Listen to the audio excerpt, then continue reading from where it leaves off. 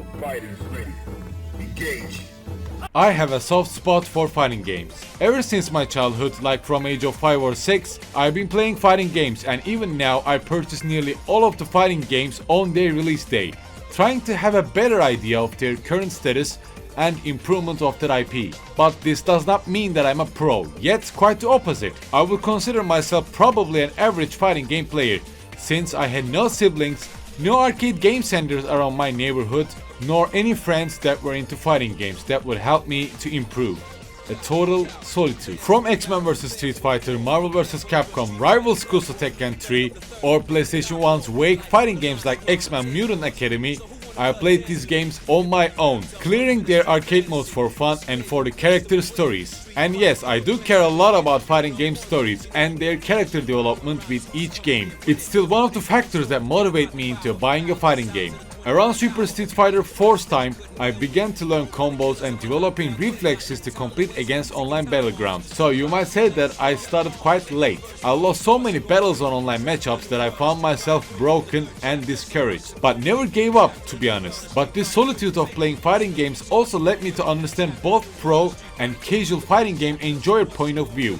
At least that's what I believe. But why am I talking about this? Well, as you might know, Street Fighter 6's gameplay trailer is launched, and people are hyped, and you should be too. Hype is for the real deal street fighting concept, varied gameplay mechanics, more graffiti and hip-hop like approach, and character designs. Actually, these are enough reasons for me to make a video about Street Fighter 6's roots, the real deal Street Fighter 3, and about its last version, Third Strike. I'm in love with Street Fighter for decades, but it's these recent years that I started playing Street Fighter 3 Third Strike quite a lot, and I began to think it is the peak point of the IP, style, music, and gameplay wise. The only flaw about Street Fighter 3 that I can think of is its roster. Never quite liked it, and I think Capcom could have made a better approach for the roster. The first and vanilla version of Street Fighter 3, also known as the New Generation, was released in 1997 for Dreamcast, PlayStation 2, and of course arcades. It still had pixel sprites back then, but presented fluid animations, easy to see character designs that do not blend with the background, which makes players easier to focus on what is happening. You never ever lose your focus, and on the contrast probably get charmed due to its visuals and the stages. The last version of Street Fighter 3, namely Third Strike, was released in 1999 and took everything to another level. It improved every aspect of Street Fighter 3, presented a bigger roster, funkier soundtracks, and a roster of characters with different gameplays who are new to the Street Fighter IP. But why am I saying this? Because people are complaining about the designs and the amount of newcomer characters to Street Fighter 6, and I'm trying to show serious approach by its previous titles. Street Fighter 3 took the risky route, but Street Fighter 6's roster choice do it by a logical way, has classics and newcomers. But let's get real here. For me personally, I've always found Street Fighter series tough for newcomers to the fighting genre, and yet again, Street Fighter 3 Third Strike also provides a challenge.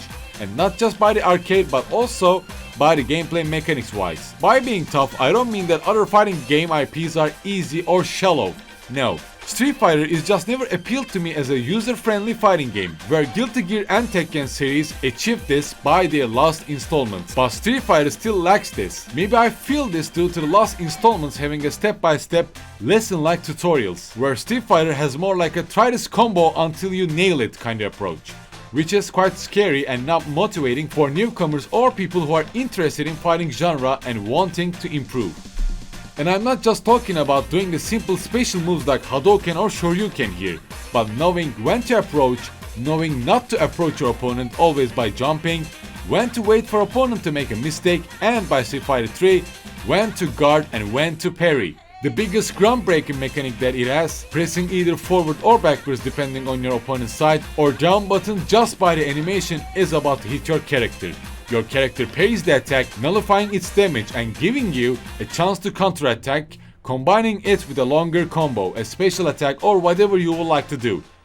This pairing mechanic takes time, takes patience and experience, but it's quite fun and satisfying when you're starting to get used to it, which I would recommend you to practice on Hadouken parries or projectiles first. This mechanic also shows itself by Street Fighter 6. Not as the same way, but more like Street Fighter 5's reuse parry, though I think it's still better to have a parry mechanic than none. It is easier if you have a friend to spar, but Be sure to focus on pairing exercises so that Street Fighter 3 will offer a deeper and more thrilling fighting experience to you. Now for the story and the roster. Street Fighter 3 takes place after Street Fighter 5 and before upcoming Street Fighter 6, meaning that it has the last installment before Ken gets depressed, Ryu grows a beard, and this time instead of M. Bison, our characters fight against Infamous Gil and his organization Illuminati. Although each version of Street Fighter 3 continues the story from where it ended, so playing Third Strike will also make you to put pieces about the events just before the Street Fighter 6. As the classic fighters we know, Ryu, Ken, Akuma and Chun-Li also show themselves, we have over 10 new characters added to the roster. Some of them are quite interesting, fun to play and adding depth, and some are just quite bland and uninteresting in my opinion, and I mean Necro and 12 here mostly.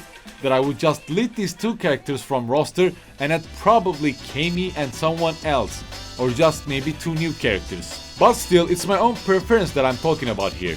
Some of you might know Yun Yang, Ibuki, Makoto or Dudley from Street Fighter 4 or Alex and Oro from Street Fighter 5, but these characters first appeared by Street Fighter 3. Lots of newcomers tend to start with either Ryu, Ken or Akuma, but my advice here will be to try characters with different playstyles first, meaning either Ryu, Ken or Akuma, that may be more melee characters like Makoto, Yun or Dudley, and some mixes like Ibuki and Chun-Li or maybe even Oro. If you are looking for a Zangief-like grappler, you might be disappointed since Alex does not offer a satisfying result as a grappling character.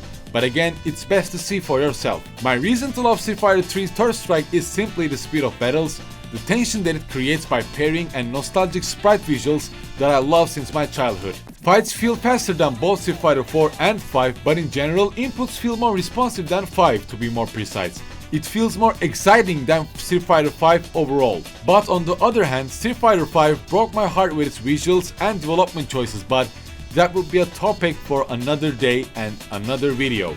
But still, Street Fighter 3 and 4 offers a different experiences in my opinion, and players need to find which gameplay appeals to them more. Although I'm a fan of young Ryu and Ken from X-Men vs Street Fighter era, I also love Third Strike's Ibuki, and I've been appraised by my fellow friends that I'm quite good with Sean also. But beside Necro and 12, who I obviously despise, all characters have their own charm and unique style of gameplay that will please lots of newcomers I believe. So it is up to you to try each of these characters and find out the most appealing one. Street Fighter 3 can be played nearly on every modern platform, included in the Street Fighter 30th Anniversary Collection, but a huge but here, you are probably gonna find an active, a bigger community that will break you and also help you to improve on Fightgate.